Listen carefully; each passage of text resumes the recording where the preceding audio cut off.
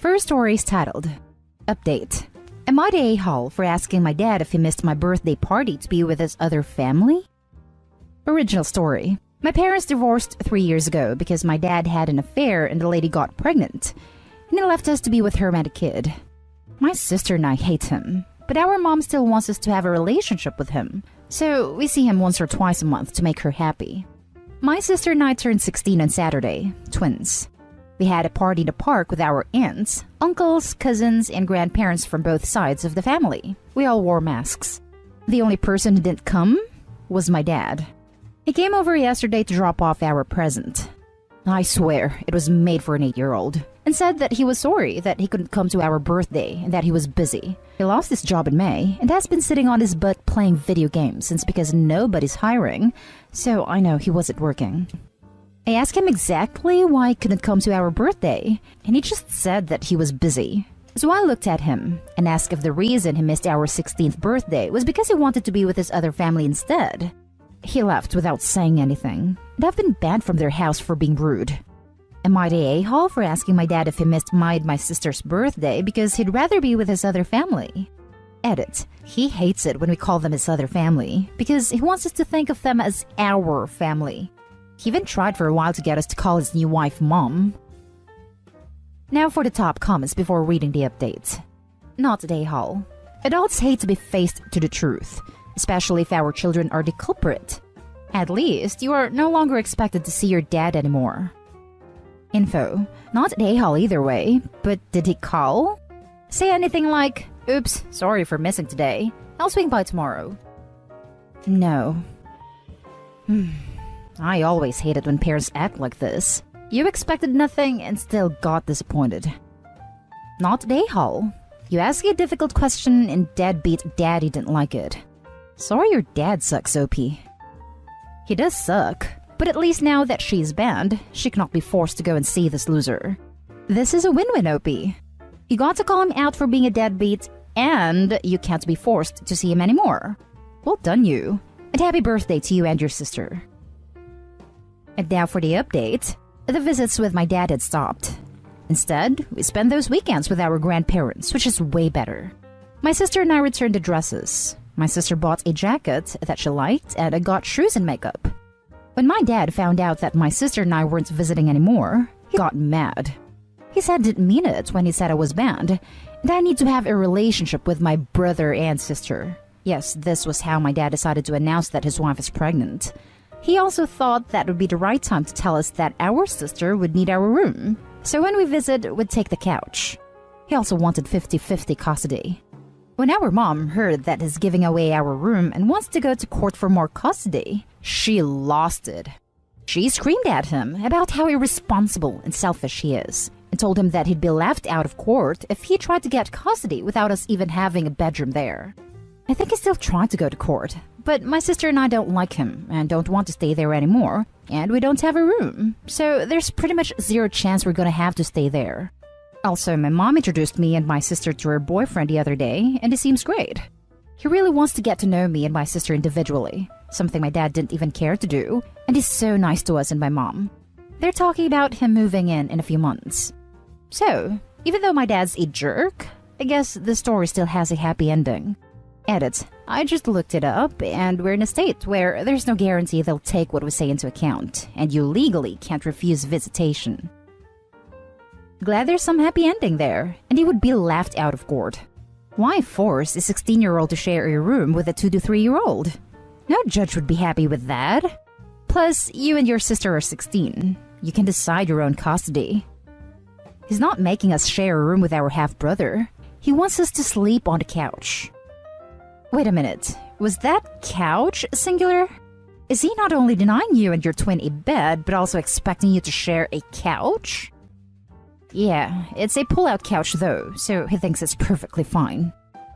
I hate to be that guy, but it's likely that your dad is asking for 50-50 custody at this late date to avoid paying child support. Or so he and his wife can have free babysitters. God, your dad sounds like the most embarrassing idiot ever. He doesn't even work and sits around playing video games all day, and that other woman desperately wanted to nab him? Good riddance. I'm so glad things works out for the better for you guys and your mom. Right. Imagine how pissed off she must be. Congrats, you stole your man. Have a potato that does nothing but consume resources and impregnates you. Oh, and have fun spending part of your paycheck on his child support. Mwah. Now for the next story. Am I the a-hole for shaming my family for not supporting me enough during my cancer treatment? I think I'm in the right on this, but I've also been told I'm an abrasive a-hole, so maybe I should have handled this differently. I'm 25 female and have cancer. I'm not going to die. We got it early enough to know that I will survive this. Chemo sucks. I'm already sick of the G.I. Jane / Natalie Portman / Imperator Furiosa jokes after I shaved my head, but at least I can now smoke pot in a state that bans recreational marijuana use. The other night, I got phone calls from my sister and my cousin letting me know that our aunt, who is the most overzealous, narcissistic, self-absorbed woman we know, was planning on having the whole family show their support for my cancer diagnosis by getting everyone to shave their heads. Personally, I always thought this stunt was really stupid, and my sister and cousin are against this for a number of reasons. My sister is a flight attendant and just got off furlough, so she doesn't want to jeopardize her job by showing up to work with a shaved head when her airline has a very strict dress code. My cousin is 14, has waist-length red hair that makes her look like a ginger Rapunzel, and is already dealing with self-esteem issues. Her hair is the only thing she likes about herself, so shaving it off would destroy her mentally. They tried to talk my aunt out of it, but she wasn't budging. We think my aunt is doing this to get clout on social media, maybe even get an article in People. I don't know. Like I said, she will make anything about her. So without naming names, I made this post on Facebook letting everyone in our family know that the jig is up. The gist was that I don't want to see anyone shaving their heads in the name of supporting me just because I have cancer, especially when some of them were the ones behind the G.I. Jane jokes. Instead of doing something that would make them feel good about themselves, why not do something to make me feel good? Like, oh, I don't know, driving me to my appointments now and then, or helping around the apartment or cooking when I don't feel like Hot Pockets again. Just something to make my routine a little easier while I deal with the chemo side effects. Hell, even a lemonade stand will do because this is America and our healthcare system is a joke. This backfired. And now many of my relatives, spearheaded by my aunt, are putting me on blast by calling me ungrateful. I should be happy to see that I have my whole family supporting me in my battle, barf, by doing this selfless act. They even went as far as to say that I was acting like a brat by saying they don't help out enough, and what I'm asking for is too much. Even though they have done diddly squat since I got my diagnosis. So now my family, except my sister and cousin, think I am an entitled jerk who is using her cancer diagnosis to get more out of them. And maybe I am the a-hole for how I handled this. I need a second opinion. Now for the top comments. Not an a-hole. You are the one with cancer. You are the one who needs the extra help. And guess what? Forcing a 14-year-old girl to shave her head is gonna do what? Having your poor sister who just got her job back put that in jeopardy is going to do what exactly? Play the cancer card. I have cancer. Bug off. I know, right? I'm not a fan of our extended family, but I love my sister and cousin. I would be furious if their lives got screwed because of me. My sister's career is everything to her, and our cousin is just the sweetest little cinnabon. I am quite protective of her. Dear family, it has come to my attention that some of you think I'm attempting to use the cancer card to guilt you into supporting me through my treatment. Nothing could be further from the truth. Help or don't help. I care very little at this point. What I do care about is that a couple of my relatives are being pressured into shaving their heads against their will by a certain someone, risking their careers as well as their self-esteem. I cannot stress enough that I am totally against this pointless virtue signaling, and will call said person out full blast on every social media outlet I have should any of you be forced to go bald against your will. I apologize if my first post made me seem entitled and selfish, but I'm sick. Yes, cancer card played. And tired of the self-righteous BS and a certain someone's desire to gain likes at my expense. You know who you are. Stop it now. Love, Opie. Not a hole. Not a hole. I had cancer, so I'm sorry to hear that. I know firsthand it sucks. They're trying to make you feel like the a-hole because they want to support you in the way they feel like supporting you, and not the way you want to be supported. That's complete BS in my opinion. Forgive me if I'm making an assumption here, but it sounds like you have attention monsters on your hands here. They're unwanted and unneeded.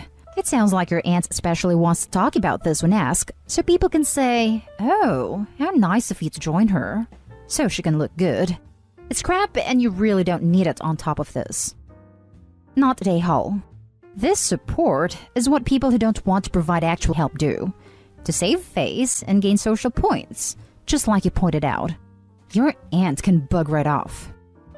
Take my word for it. I'm just about to go no contact on this branch of the family. I'll make my own family with my sister and cousin. Now for the last story. Am I the a-hole for refusing to drive my granddaughter home from school after this summer?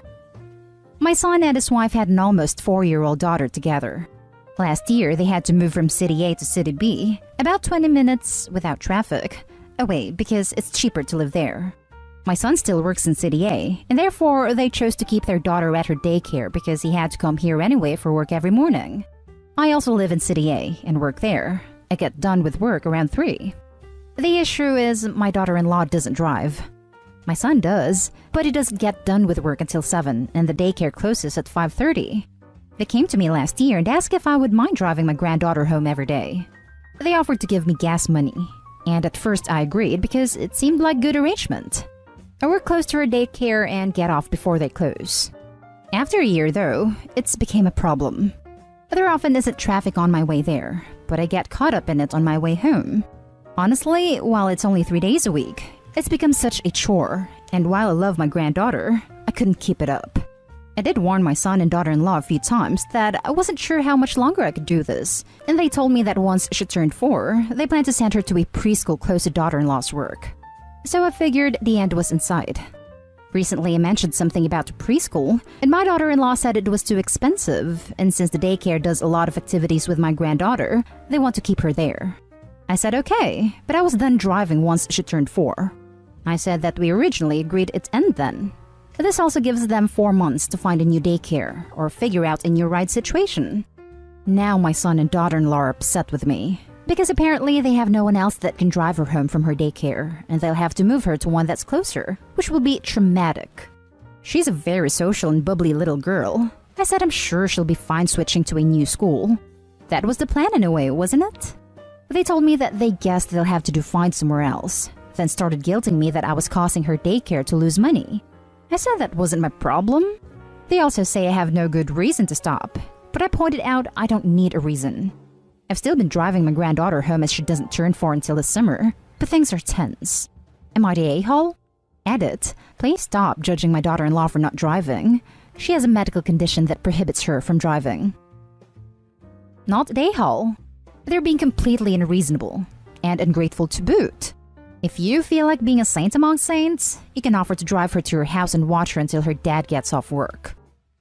I have no interest in watching her. I love her, but she is a handful, and I couldn't watch her even for a couple of hours a night. That's perfectly fine. Good luck with your kid and his partner. They sound like a handful too. Since daughter-in-law can't drive due to a medical condition, she can take an Uber to pick up their daughter.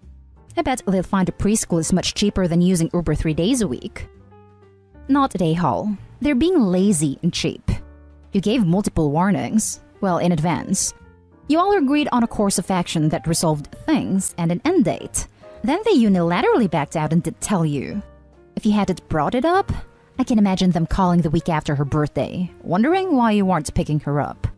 They still have ample time to find an alternative arrangement. They just don't want to, because it's easier to make you do it and not change. Be careful not to fall into the trap of explaining your choice. Just stick with, "I'm sorry, it's impossible," and you should be golden. For what it's worth, the daycare will not lose money. Any daycare worth its salt has a mile-long wait list of children ready to step into a vacancy. Not a-hole. Been there, done that. I used to schlep someone from Minneapolis to St. Paul every day. It got old, but I kept up my agreement and did it for a year. They squawked when I said that once the year was up, I was done with that. This was temporary, but they wanted it for as long as they wanted it. Kind of like your son and daughter-in-law. Excuses, excuses, but it eats into your day, and this isn't your child. You already raised yours. Update. My dad disowned my sister and he is dying. How do I convince her to let him go? Original post. Backstory. My family used to be really close, but that changed in 2003 when my dad, 55 male, discovered that my mom, 54 female, was having an affair with John, 54 male, my dad's childhood best friend. He was basically his brother back then, and he was my dad's best man in his wedding with mom. He begged her to stay and work things out, but my mom ended up leaving him for John. And eventually they got a divorce and my mom ended up marrying John 5 months later. My twin sister Sarah, 27 female, was always the stereotypical daddy's girl. Dad spoiled her a bit more than the rest of us, and she was basically his shadow back then. That's why it was really surprising to us that Sarah chose to stay with our mom after the divorce. Back then, me, 27 male, and her were the only ones to still live with our parents. We have other 4 brothers. I choose to stay with Dad, and Sarah chose to live with Mom. And in the weekends, she come to stay with me and Dad while I choose to stay with Dad, and I occasionally went to Mom's house. To say that the divorce and my sister choosing to stay with Mom messed up my dad is an understatement. He tried to act like he was okay in front of us, but every single weekday for the year following the divorce, I could hear him cry himself to sleep. After the divorce, the relationship between Sarah and Dad didn't change that much. He started to spoil her a bit more than the usual and still remained the usual super dad. Showing up in every parent-teacher conference, ballet recitals and soccer matches, and being the most present dad possible. Things started to change when she suddenly changed her mind about med school. Our dad is a surgeon, and she always said that she wanted to follow his steps. But Mom and John ended up pressuring her to change her career path to become a lawyer, as Mom and John are both lawyers. During her studies, John started mentoring her, and they become really close. And after she finished her education, he got her a job at his law firm. Now on to the issue. In 2017, Sarah got married. My dad was absolutely thrilled about her wedding, and he gave Sarah a blank check for her dream wedding. To be fair, he did this to all of us, as he really liked weddings. But in Sarah's case, he was really excited, because she's his only daughter, and I always remembered him talking about walking her down the aisle. Like every wedding that we went to, he always said to her that he couldn't wait for the day to walk down his little girl down the aisle. But one day before the wedding, Sarah drops the bomb that Dad and John will be walking her down the aisle together. Well, Dad is the most non-confrontational person to walk on this earth, and she expected him to just suck it up. But he didn't do that. They got into a huge fight. First time I see him get angry. And in the end, he didn't attend the wedding and John ended up walking Sarah down the aisle. The fallout was massive. After the wedding, Dad and the side of our family basically disowned her and their relationship became non-existent. She tried to reach out after a while and make amends several times, but he simply didn't want to talk or hear about her. We expected him to turn around when she gave birth in 2018, but doesn't even want to meet her kids. Then earlier this year, he was diagnosed with pancreatic cancer. And unfortunately, the treatment didn't work and he is terminal. Even with that, he still doesn't want to see her again and she doesn't understand that. I'm very close to my dad, and these last few weeks are really difficult for me. How do I convince her to let him go? Now for the top advice before reading the update. There really isn't anything you can do. There is no way to make this less awkward or horrible for her. She made her choices years ago. Now she has to live and die with the consequences. I know you would like to make it easier, but I would just step back from this. The only statement should be, I'm sorry, Dad still doesn't want to see you. And spend all your energy on your dad, not on a dead relationship. I would say that by her choosing the man who took his wife and life away to walk her down the aisle, that she was the one who chose to disown her father. She needs to live with the consequences. Absolutely. To wait a day before the wedding to drop that bomb? She knew it wasn't going to go over well.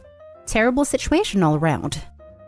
Are people glossing over the fact that the daughter took her dad's money for a dream wedding, and after it was spent, then she tells him, oh, by the way, that dream of you walking me down the aisle? You need to share that dream with the guy that stole your wife and split up your family. That was an absolute scumbag move. It's what I was thinking. The dad was a walking bank account to her, and she never considered all the efforts he did for her.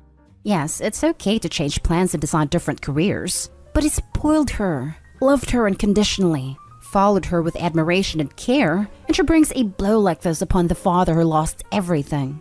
She took him for granted. Daddy, thanks for paying for my dream wedding. I need to tell you one thing. I want you to walk me down the aisle with the guy that screwed mommy behind your back and then stole her away. Do you remember him? Your former best friend turned most hated enemy? Yeah, I want to give that man equal honor as father of the bride. I don't understand why you're upset, Daddy. All of this. Any idiot would know that this would cause a problem. And she had to be a cruel, spineless person to spring this on her dad on the day of the wedding rehearsal. And now for the update. A week after I posted the original post, my dad started getting worse. His health started declining really fast, and we lost him exactly 1 month ago. It wasn't pretty. I never thought it would be, but I never thought it would be that heartbreaking. He was in a lot of pain. He's been through so much in these last months. As heartbreaking as it was to us, he deserved to rest. He was tired. In the end, he was lucid enough to say his goodbyes to me and my older brothers. Hearing him saying what he said to me was one of the most painful and beautiful moments of my life. His words to me meant a lot. I won't say exactly what he said because I believe it's just too personal. He said goodbye to my daughters, 11 months old and 2 years old. It was just like when I was a kid. He gave them a kiss on the forehead, told them to be good girls, and said that he loved them. It was something I won't ever forget, and it hurts like hell that they are so young to understand what happened. They still ask about Grandpa, and every time I try to explain to them that he isn't coming back, they don't seem to understand that. And how can I blame them? I'm only 27 years old. I honestly don't get it. I was supposed to get a lot more years with my dad. It doesn't seem fair at all. But the worst part was my twin sister, Sarah. Dad died without speaking to her. I tried to talk to him about her, but he wasn't interested in speaking with her. She started getting more desperate, and suddenly he died. It was expected, but she was in denial. His funeral was beautiful. A lot of people shared their stories about him. It was nice. Sarah saw Dad for the first time since the night before her wedding, and she didn't recognize him. He was very skinny. Dad was always a bit overweight, the famous dad bod, but he had lost a lot of weight from cancer. She cried a lot during the whole funeral. Mom and John tried to show up at the ceremony, and my uncles were forced to kick them out of the funeral. Good freaking riddance. Dad's will went as expected as it could. Dad's family came from old money, petrochemicals, so he always had a lot of money. He left a little bit of money and properties divided equally to all his kids, including Sarah. He left a trust fund which was a lot of money for all his grandkids, including Sarah's kids, which he never met. It was honestly expected. My dad never really cared about money that much. He just wanted us to be comfortable and sure that his grandkids all had something to support them. The tricky part was the personal things. He left a really big letter to all of us, except Sarah. It was really personal stuff. In my letter, he spoke to me about our story, about my childhood. It was really nice. I must have read the letter like 100 times, and I cried every single time. One of Dad's favorite hobbies was photography. He was quite an enthusiast, and the subject of his photos was pretty much our family, when he and Mom were together. Later, it turned out to be just me and my siblings. As a result of this, we had a lot of pictures from us growing up. He gave each of us a photo album, and behind each photo, he wrote something, where it was taken in a few words. I was honestly very surprised with this. He must have done this long before he died. It was a very thoughtful goodbye gift, something that was very typical of Dad. Sarah didn't get any letter, and her album didn't have anything wrote behind her photos, and when she found out about this, she had a mental breakdown. The regret was eating her alive. Still is. She was admitted to a hospital and spent an entire week there. She's doing a bit better now, getting a little better every day. Her husband and I are really confident in her recovery. She's sleeping and eating almost normally now. She still starts to cry randomly multiple times on a daily basis, but it's getting better.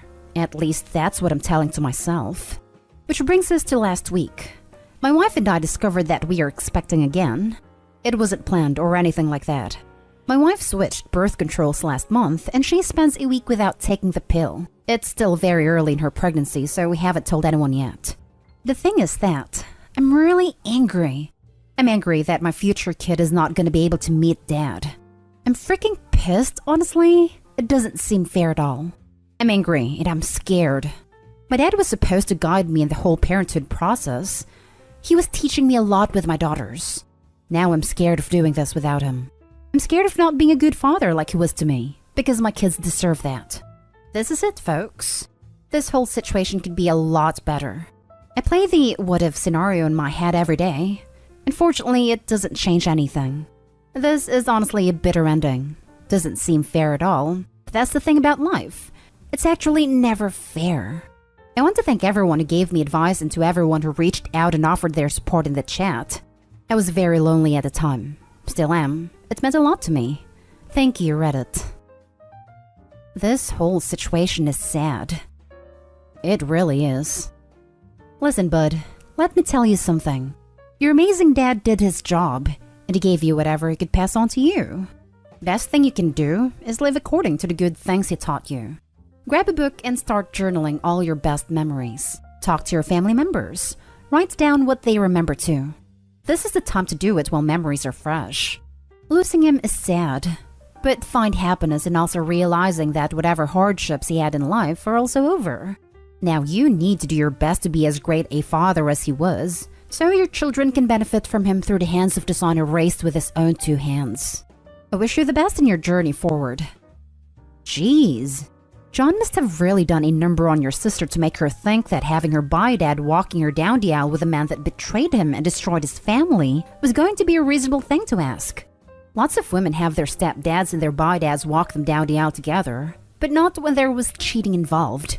Did she know about the cheating? It just seems like a completely tone-deaf request.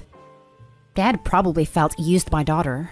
Like one more time he was set aside because of John, on a wedding that he paid for. He must have been so heartbroken and pissed. How cold-hearted was she, man? I cannot imagine the pain he went through. Wow. The sheer arrogance it took for your mom and stepdad to show up at your dad's funeral is hard to fathom. What did they think was going to happen?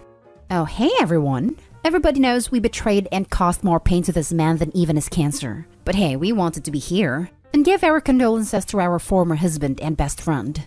I'm sorry your twin sister didn't get to make amends with your dad, but what was she thinking when she wanted the man who caused the destruction of her parents' marriage to walk her down the aisle with her dad?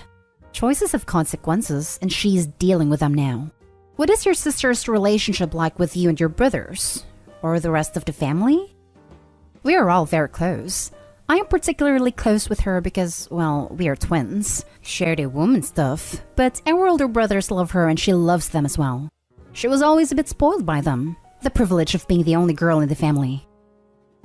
Now, for the last story, my entire family disowned me because I cheated on my girlfriend. Now my sister wants to reconcile on her wedding day, but I declined because they are dead to me. Basically what the title says. I cheated on my girlfriend. I did not cheat on her. She wanted to open up the relationship, but I found out later that she just wanted to sleep with a certain someone. When she found out that I had also started sleeping with someone else, well, she didn't take it very well and told me to stop seeing her. I declined, saying that I hadn't broken any of the rules we agreed upon, and she just went nuclear on me and told my family that I had cheated on her. To say that they didn't take it well would be an understatement. They basically disowned me. My dad had been cheated on twice before he met my mom, and my mom's ex-husband left her and their kid, my half-sister, for a woman half his age. And in addition, my younger sister met one of those stereotypical jocks that treated her like crap and constantly cheated on her. So yeah, my entire family, parent, sister, and half-sister just loathed cheaters. My ex, who my entire family loved like one of their own, told them that I was cheating on her. It also told them the type of acts we were having, and they just disowned me. I tried talking with them for 3 to 4 months to have them hear out my side of the story, but they refused to even see me, much less talk with me. The final straw was when I went to my parents' house on my birthday while it was raining at 11 in the night, begging them to talk to me, but they ended up calling the police on me. My friends also treated me the same. It's been about 2.5 years now, and I've been doing okay. I moved away to another state, and I don't really have a social life anymore and put all of my energy on either my job or the gym. Then I got a call yesterday from my sister, saying that she was getting married, and she wanted me to be there with her on her special days as we used to be very close, which is true, and that she is willing to forgive and forget. I asked her to expand on that, and she told me that she is willing to forgive me for cheating on someone, and isn't willing to forget that I was a horrible human being for doing so. I told her that I am not available and have a good day, never to contact me again, and hung up without explaining. My phone is now blasted with messages and calls which I have not bothered listening to. Now, should I actually be trying to reconcile with them because they are my family? Because I really don't want to. They dropped me without ever listening to me and just shunned me for something that I didn't even do. Also, one more thing I wanted to ask you guys. Is this something I should get therapy for? I don't know much about therapy. The only person I have told my story to is my secretary, and she advised me to get some. Now for the advice. You should do what feels best for you. You are in no way obligated to reconnect with your family. In my opinion, your family betrayed you when they left you without even hearing your side of the story. Therapy might be an option. Your words about no more social life and opening up only to your secretary make me suspect that you are deeply wounded and may need healing through outside help. It did hurt, and still does to this day, but the way my father described therapy, that it was only for people who had gone through severe mistreatment only. I was supposed to just get over everything else. Is this something I should get therapy for? I think so. It sounds like there's something deeply wrong about your family from the get-go. Especially this part. I asked her to expand on that, and she told me that she's willing to forgive me for cheating on someone, and isn't willing to forget that I was a horrible human being for doing so. I have a lot of trouble understanding just why she still seems to be adamantly believing your ex. Were you always the black sheep in the family? I wasn't the black sheep. I was just a boy. Like, I was never supposed to have any feelings. I was never supposed to cry. That sort of thing. What is your understanding as to why your entire family seems adamant in not considering your point of view at all? The way I understand it, in this situation, I was introduced to them as a cheater by a girl that they love as much as their own daughters. I was guilty from the get-go, and they never considered my ex to be lying. They just considered her to be a victim here, I suppose. They demanded I apologize to her, and when I wouldn't and just asked to talk to them, they thought I was lying. They never considered me to be the victim here. This is the way I understand it. I don't know for sure because I haven't really talked to them since. Update. Am I the a-hole for calling divorce immediately after finding out my wife emotionally cheated on me? Original post. I found out my wife was cheating on me emotionally last week. I found it through a notification when she was in the shower. We are both 33 and married for 6 years. In my eyes, everything was good. Funny how one can hide their betrayal without other party noticing. I confronted her right away and told her to open the phone to show me the messages. She refused first, but gave up after I told we are getting a divorce. The texts were not that old, and there were not many. It was obvious most of the texts were deleted. I asked her questions about the affair. Why, who, where, how. I will not go into details as I want to stay anonymous, but I was trickle-truthed in the end. She got caught and trickle-truthed me. I do not believe her in what she said about the extent they went. At the beginning of our relationship, I made it very clear that cheating in any form is a relationship ender. I told her to get a lawyer because we are getting divorced. She asked for marriage counseling, promised to change, and even make her life completely dependent on me. Leave the job, not leave the house, and give me all of her digital devices. I told her where marriage counseling would help was before she decided to have an affair. We could go to marriage counseling and solve the problem there by talking whichever problem she had. Instead, she went on to have an emotional affair and made sure to actively hide things from me by deleting texts and trickle-truthing. I reminded her my boundaries and what I told her about them in the beginning of the relationship. I will hand the divorce papers to her this month, and she is telling me to reconsider. Am I the a-hole in this situation?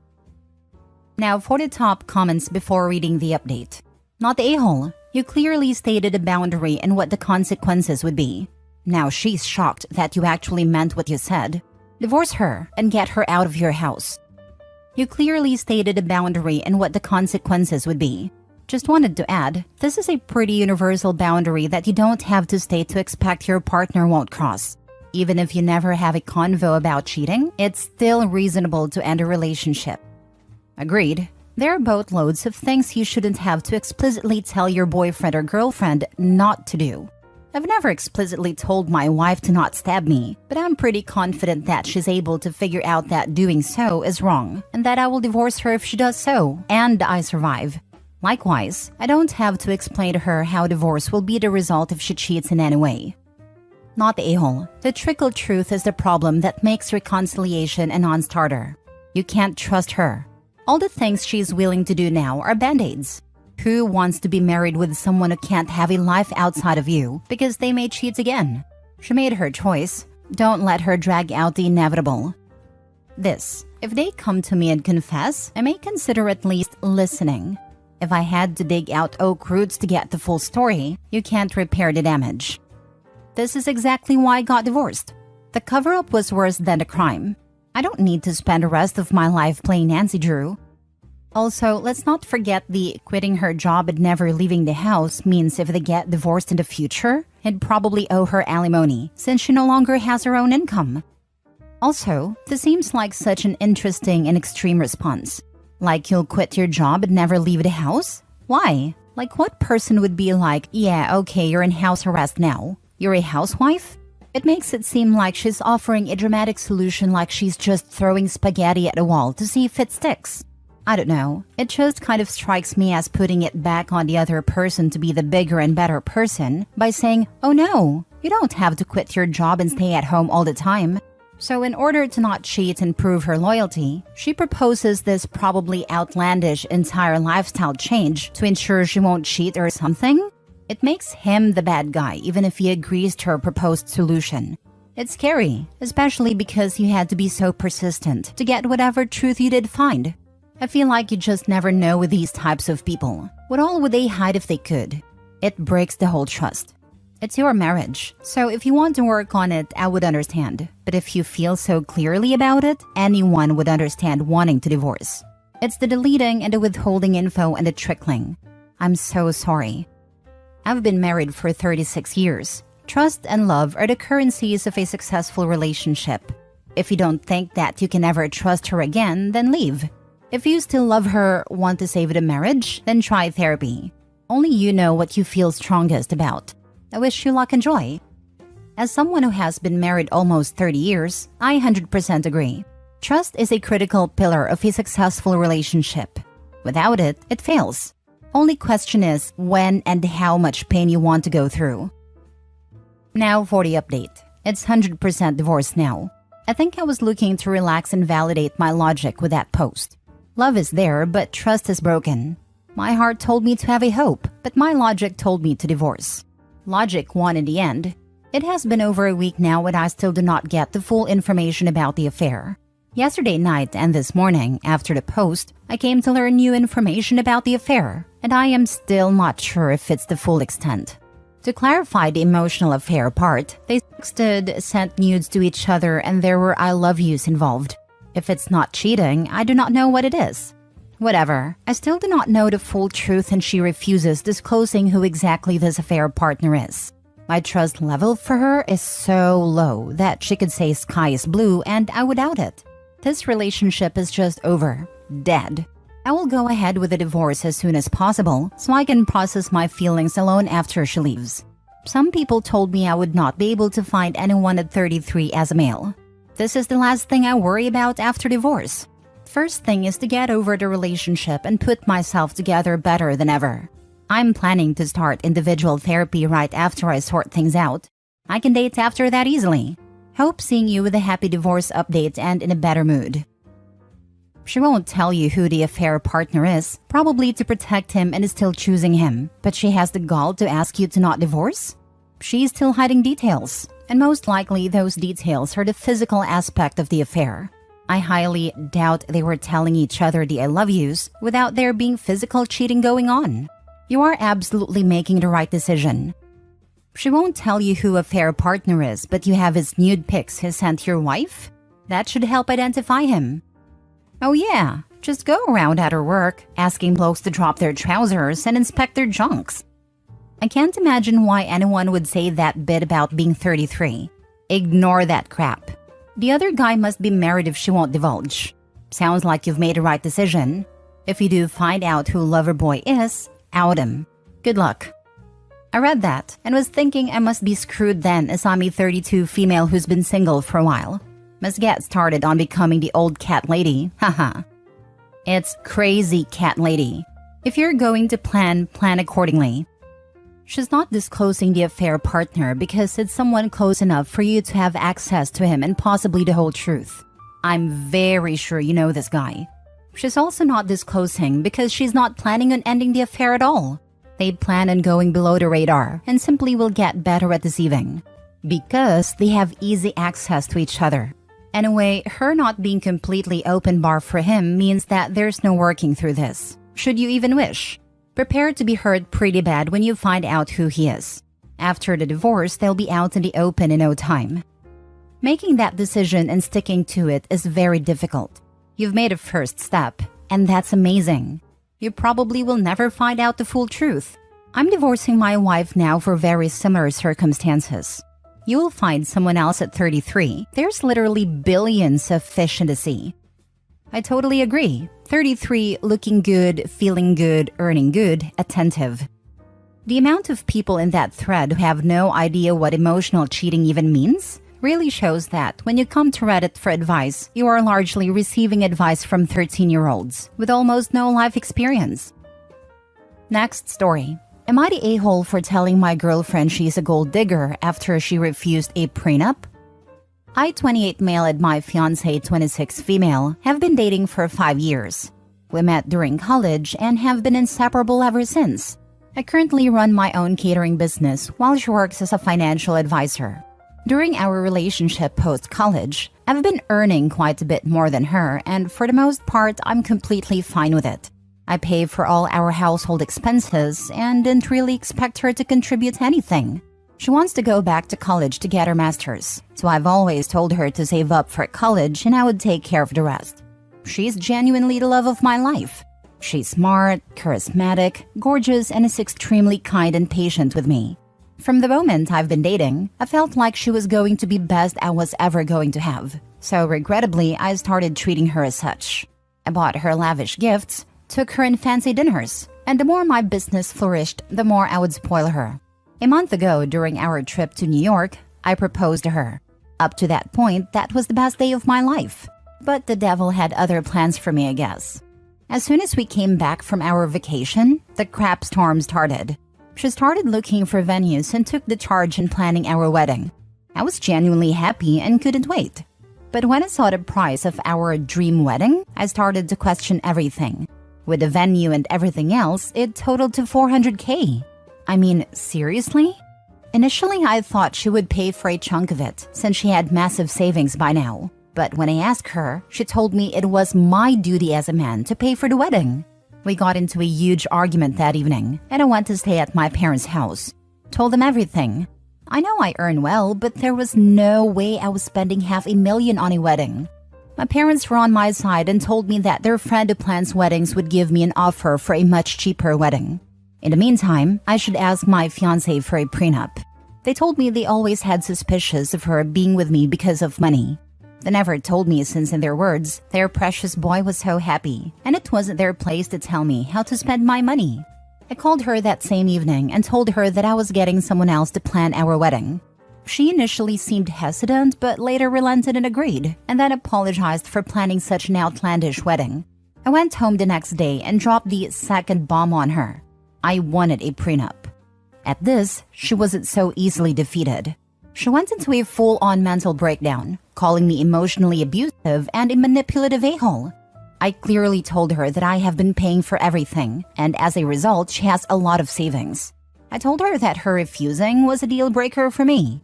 I told her that I was blindsided by her behavior all these years, because I genuinely loved her to death.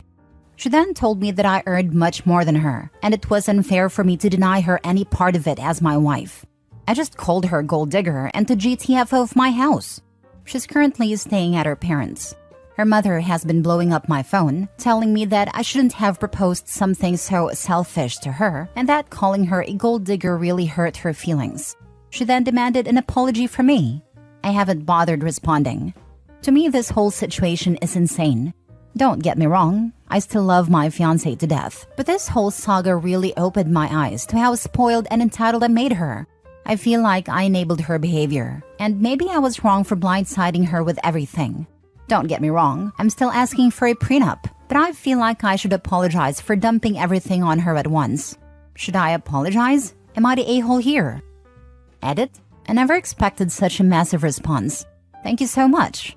I know I could have handled things much differently and set clear boundaries to begin with, but again, I was just blindsided with love.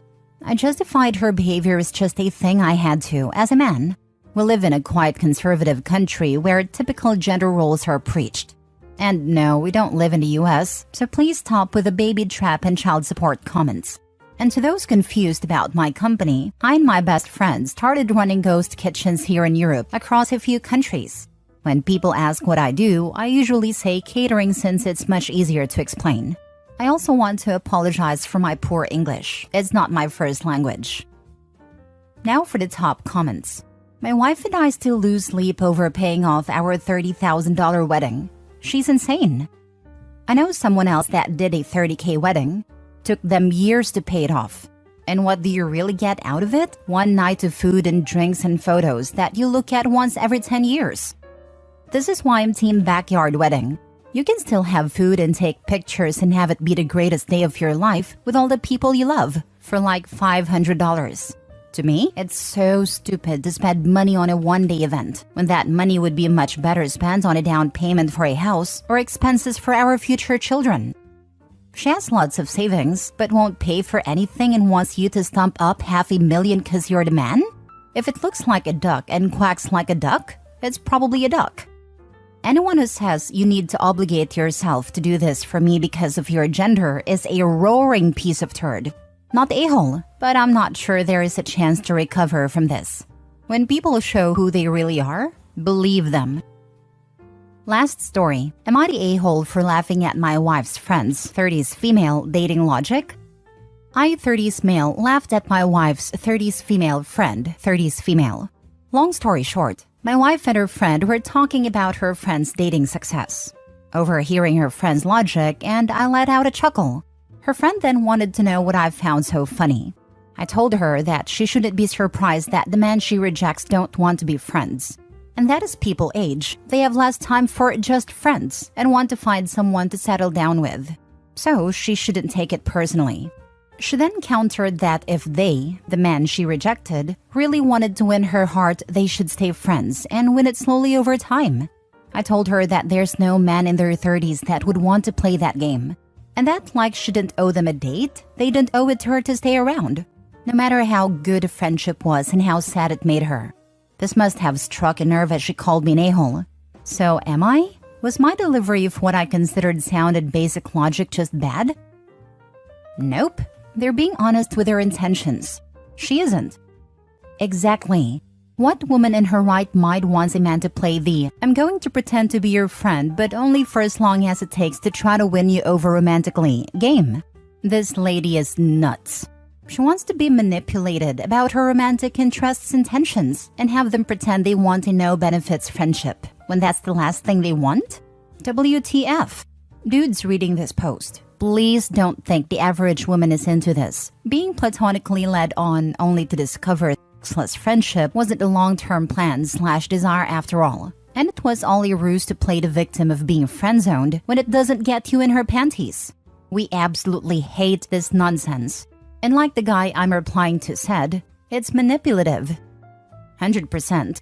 It's like that girl who did a TikTok once how she said to a dude she was dating, "I don't think this is going anywhere." He agreed, and they broke up. And she then filmed a video saying, "Why didn't he try? I can be manipulated into staying with you." And all that nonsense about fight for me when the relationship is going nowhere, etc. Be honest about your intentions from the start and avoid chaos. Not a-hole. It's hard making friends with people at all once you're over 30. Let alone maintaining new friendships with people you've met for no more than a handful of hours. She has unrealistic expectations of how hard people are willing to try for a mere chance at a relationship sometime down the road. And it sounds like she's hard work and potentially playing games with them. We are also consistently telling men that maintaining a friendship with the sole hope of turning it romantic is also disrespectful. The man she wants to play her game is also more likely to be a creepy a-hole. She'll catch one of these guys eventually, and then constantly complain to her friend about how her boyfriend is a jerk. Update. Am I the a-hole for refusing to meet my biological mom after in person I signed up for a DNA testing site? Original post. I'm a 24 male who was adopted when I was 6 years old. I've always felt incredibly lucky because my adoptive parents, who were in their late 20s when they took me in, have been nothing short of amazing. They've loved and supported me as if I were their own flesh and blood, and I've never felt like anything was missing in my life because of being adopted. Growing up, I had very minimal details about my adoption.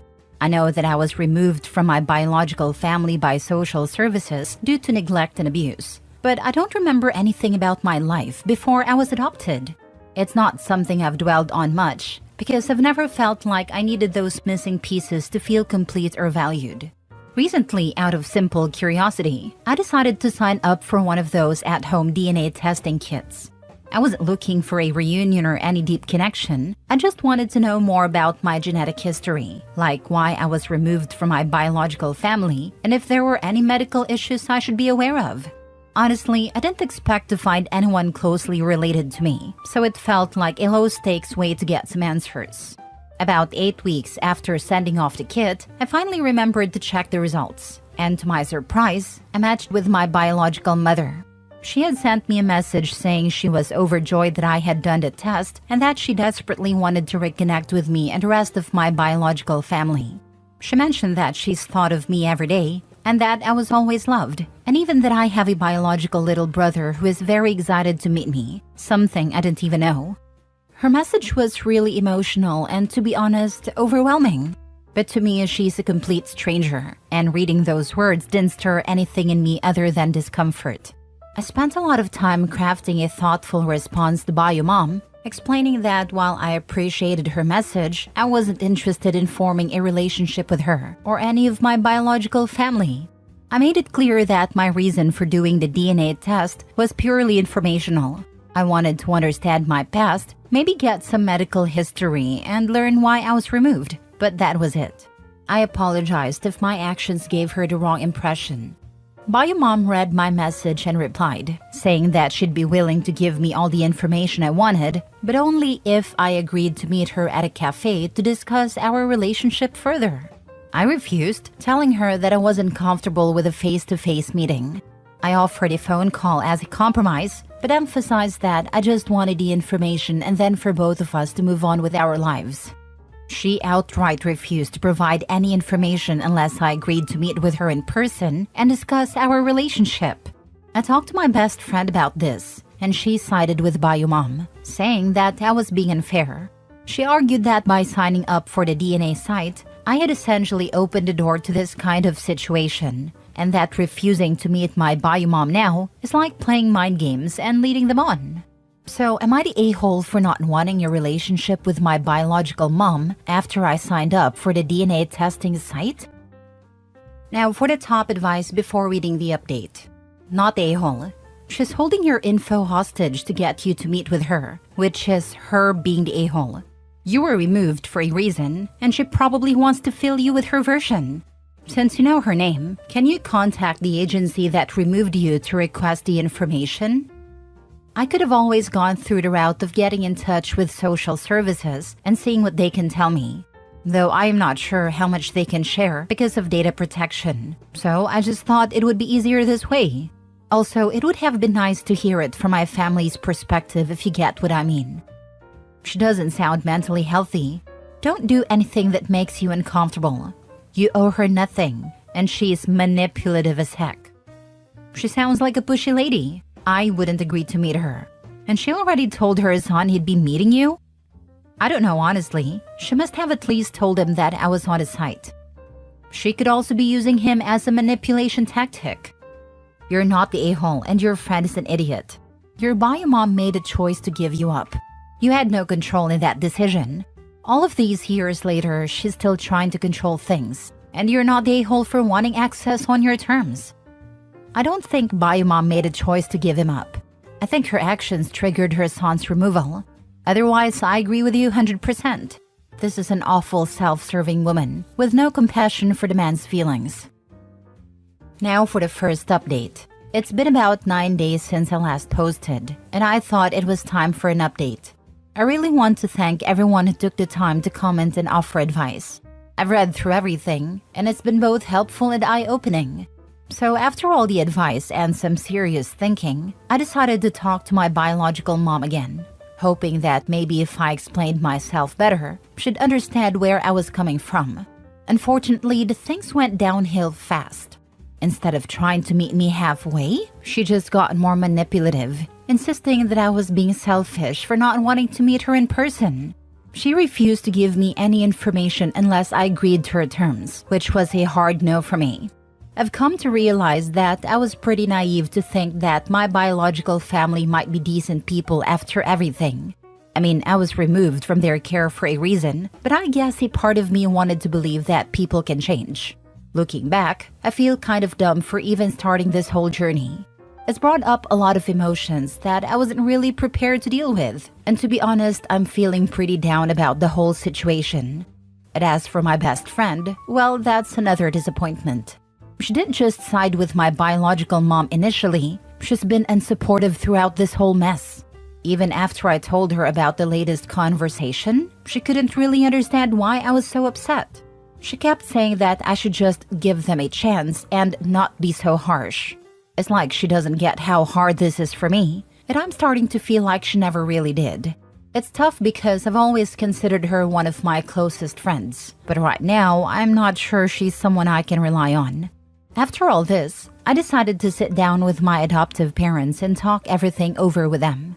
I hadn't really opened up to them about how deep this was affecting me, but they were amazing, as always.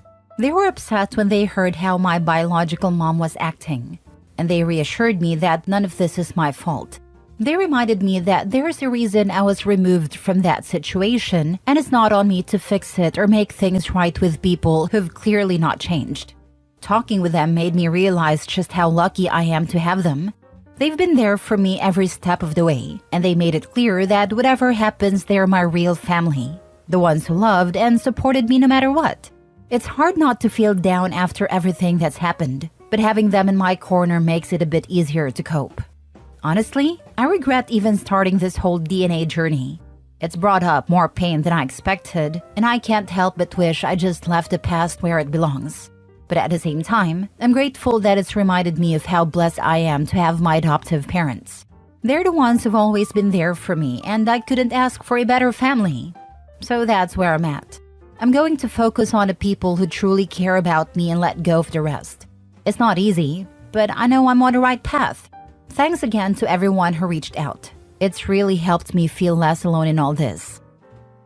I'm sorry this happened this way. Glad to hear your parents are supportive and understanding.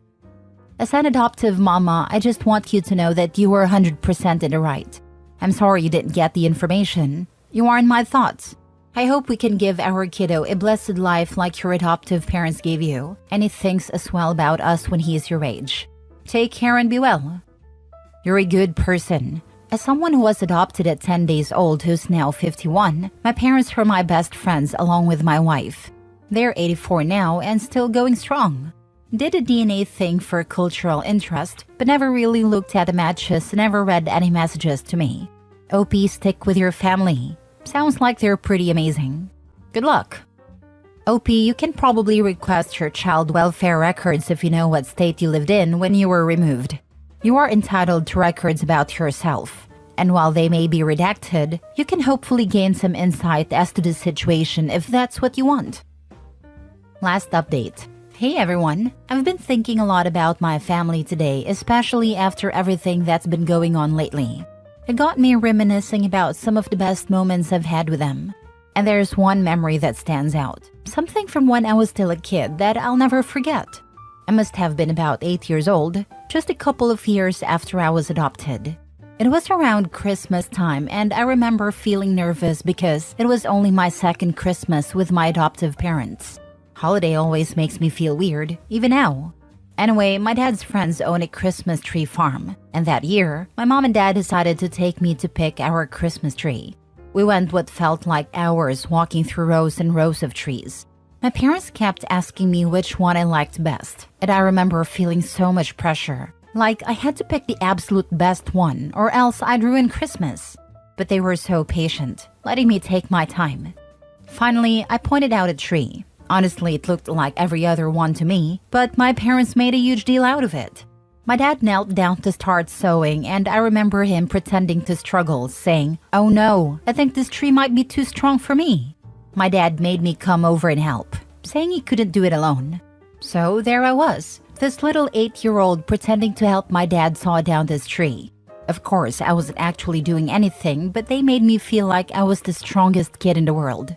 When the tree finally fell, my dad swept me up in his arms and spun me around, saying, "We did it." After we got home and set up the tree, my mom brought out these old boxes full of ornaments. She told me that we were going to start a new tradition. Every year, we'd each pick out one new ornament to add to the tree, something that represented something special from that year. That night, they handed me my very first ornament, a little wooden bear holding a heart with the word family carved into it. My mom said, "This one's for you, because you made our family complete." I remember holding that ornament, feeling this huge wave of love and belonging that I'd never really felt before. At the time, I don't think it even hit me how impactful that was. How that moment defines the way I look at myself today. I was part of a loving family. I was their family. Every Christmas after that, we'd pull out that little wooden bear and hang it up first. It became our tradition. The reason I've been thinking about this memory today is because it's a reminder of how lucky I am to have the parents I do. They didn't just give me a home, they gave me a sense of belonging, and they gave me love. Even with everything that's been going on, I know that I've got something really special, and I wouldn't trade it for anything. Anyway, thanks for letting me share this. I just needed to remind myself how amazing my family is, and I hope it brings a smile to your face like it does to mine. Next story. Am I the a-hole for stopping financial support for my sister after she bought a new car? For a few years now, I've been financially supporting my sister who's had trouble keeping a stable job. She's constantly complained that she can barely make ends meet, so I've been sending her $200 a month to help with groceries, rent, and other expenses. I did this because I felt that family should always support each other when needed. A few days ago, I saw on her Instagram that she bought a brand new car. I was shocked because according to her, she was struggling just to pay her bills. When I asked how she could afford it, she told me she took out a loan because she needs a car to get to work. I found that really irresponsible. She could have bought a used car or waited until she was in a better financial situation. I decided to stop sending her money because I feel like she's taking advantage of me. But when I told the rest of my family, they said I'm overreacting. They think I should keep supporting her because I make good money, and it's only $200 a month. Now I feel guilty, but at the same time, I think she's making poor financial decisions. Am I the a-hole for cutting off financial support after she bought a car? Now for the top comments. Not the a-hole. If she can afford a new car, she doesn't need your money. You're not responsible for funding her poor decisions. Family helps, but not at the cost of being taken advantage of. Exactly. I agree. If she can afford a car, why is she asking for money? If $200 per month is no big deal, then presumably your family can cover it. If it is a big deal, they have no business telling you what to do with your money. Exactly. And on top of that, she's taking money and buying a car right away. It's just ridiculous. Tell them you need the money to buy a new car. Have you even ever had real thank you? Not the a-hole. If she could get a car loan, she hasn't been struggling. She used you. I'm sorry about that, but you live and learn. Exactly. I think the same. She took advantage of me and I know how she is. You have to learn from mistakes. I'm 51 and bought a 1998 Buick Century with 65,000 miles on it. The AC didn't work for 2 years. She's taking advantage of you. Last story. Am I the a-hole for refusing to let my brother and his family stay with me after their house flooded? Hey everyone, I'm 34 female living in a 3-bedroom house that I own. It's just me here, and my brother 37 male and his wife 35 female have 2 kids, ages 8 and 5. A few days ago, their house flooded due to a burst pipe, and it's going to take weeks for the repairs. They've asked if they can stay with me during this time, but I refused, and now the whole family's upset with me. Let me explain. My brother and I aren't super close, but we get along well enough. However, his kids are extremely energetic and honestly, a bit destructive. When they visit, they run around, touch everything. And the last time they were here, they broke a vase that belonged to my late grandmother. My brother and his wife laughed it off, saying kids will be kids, and didn't offer to replace it. Also, I work from home full-time and have a demanding job. I need a quiet environment to concentrate. And with 2 kids running around, that's not going to happen. I suggested they stay with my parents, who live about 20 minutes away, but they said my parents' house is too small for all of them, and that it's more convenient to stay with me because I'm closer to the kids' school and their workplaces. My brother told me I was being selfish and not considering their situation, and my parents hinted I should be more generous and that family's everything. But I really don't want to live with 2 kids running around my house for weeks. I know they're going through a tough time, but I don't think I should have to upend my life because of it. So Reddit, am I the a-hole for refusing to let my brother and his family stay with me? Not the a-hole. Give them the real reason. Your children are loud and destructive. When they had an accident last time, you didn't care, so I don't want you in my home. They don't have a good history with Opie staying in her house. And the whole family who is upset can chip in to pay for a rental.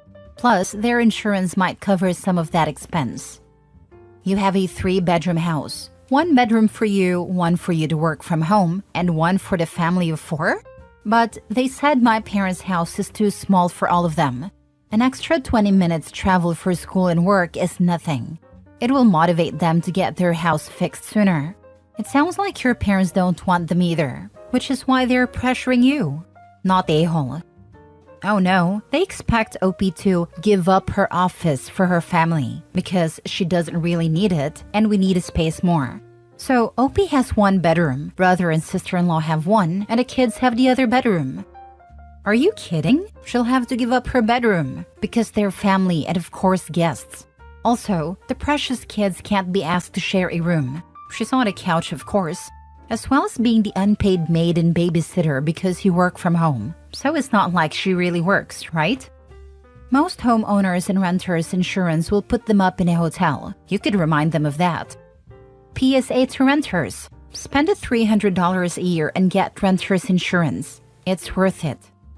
It's always so upsetting to have people try to pressure you into giving funds because someone, neighbor or coworker, lost their belongings to a fire and they couldn't be bothered to pay for a minimal renter's insurance plan. The insurance policies are ridiculously cheap.